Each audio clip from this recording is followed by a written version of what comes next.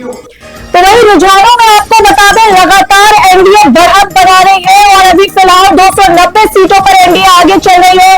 वही India alliance 224 सीटों पर है। तो आपको बता दें, महाराष्ट्र में शिवसेना यूबीटी 7 सीटों पर आगे चल रही है और वाराणसी में पीएम मोदी लगातार बढ़त बनाए हुए हैं।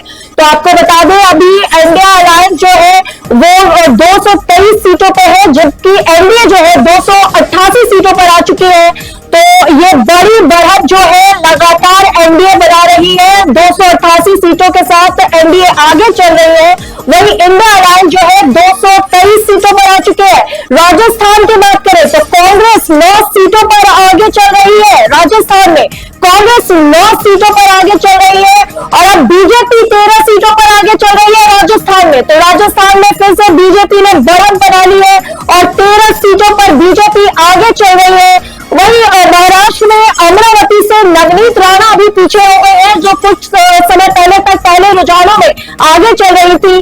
पश्चिम बंगाल में बीजेपी 18 सीटों पर आगे चल रही है। तो आपको बता दें, पश्चिम बंगाल के जो आंकड़े आए हैं तो बीजेपी 18 सीटों पर आगे चल रही है। वही उत्तर प्रदेश में 37 सीटों पर बीजेपी आगे चल रही है और बंगाल में टीएमसी 22 सीटों पर आगे चल रही है। तो एनडीए लगातार बढ़त बनाए हुए है और 290 सीटों पर एनडीए आगे चल रही है। वही इंडिया अलायंस जो है 222 सीटों पर आ चुकी है। तो आपको बता दें कि बेगूसराय से, बिहार के बेगूसराय से फिलहाल गिरिराज सिंह पीछे हो गए हैं, जो कुछ समय पहले तक बिहार के बेगूसराय से वे बीजेपी से आगे चल रहे थे, पर फिलहाल जो है आंकड़ों के साथ सभी में पीछे है।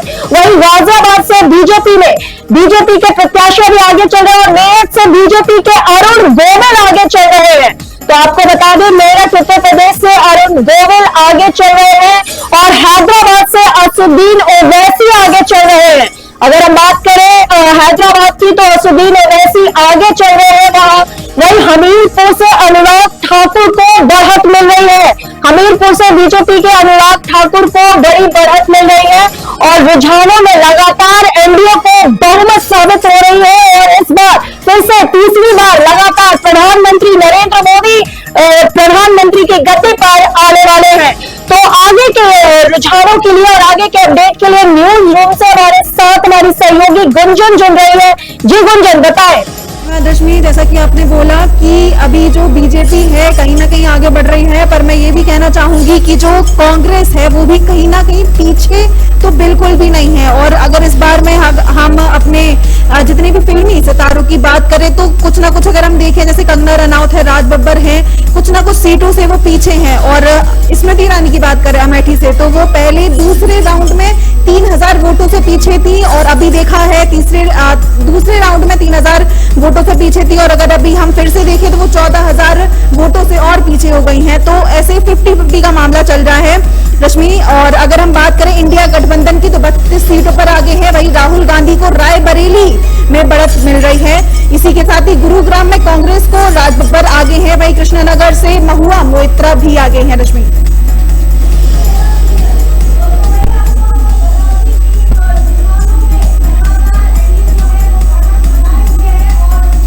90 सीटों पर आगे चल रही है। वही छिंदवाड़ा में बीजेपी को बड़ी बढ़त मिल रही है और राजस्थान में कांग्रेस 9 सीटों पर आगे थी, लेकिन अब बीजेपी 13 सीटों पर आगे चल रही है और रुझानों में कांग्रेस की सेंचुरी हो चुकी है।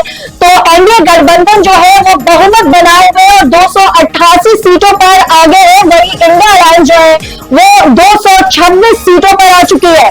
तो आपको बता दें, अमरावती से नवनीत राणा जो है वो पीछे हो गई है और नगीना से चंद्रशेखर आजाद आगे चल रहे हैं। तो आपको बता दें कि नगीना से चंद्रशेखर आजाद जो है वो आगे चल रहे हैं और बेगूसराय से गिरिराज सिंह जो है वो अब पीछे हो गए हैं। तो लगातार एनडीए बढ़त बना रही है और गाजियाबाद से बीजेपी के अतुल गर्ग आगे चल रहे हैं। तो आपको बता दें, नोएडा गाजियाबाद से जो है वो बीजेपी के अतुल गर्ग आगे चल रहे हैं और मेरठ से बीजेपी के अरुण गोविल आगे चल रहे हैं। तो लगातार बढ़त बनाते हुए एनडीए गठबंधन 290 सीटों पर आ गई। वही इंडिया गठबंधन जो है 224 सीटों पर है। तो आगे की और अपडेट्स के लिए हम अपनी सहयोगी गुंजन के पास जाएंगे। गुंजन, बताएं।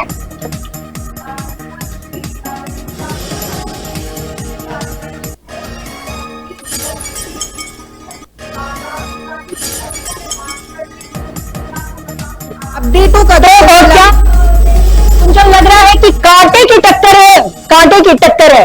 पहले पार्टी की टक्कर कह सकते हैं रश्मि।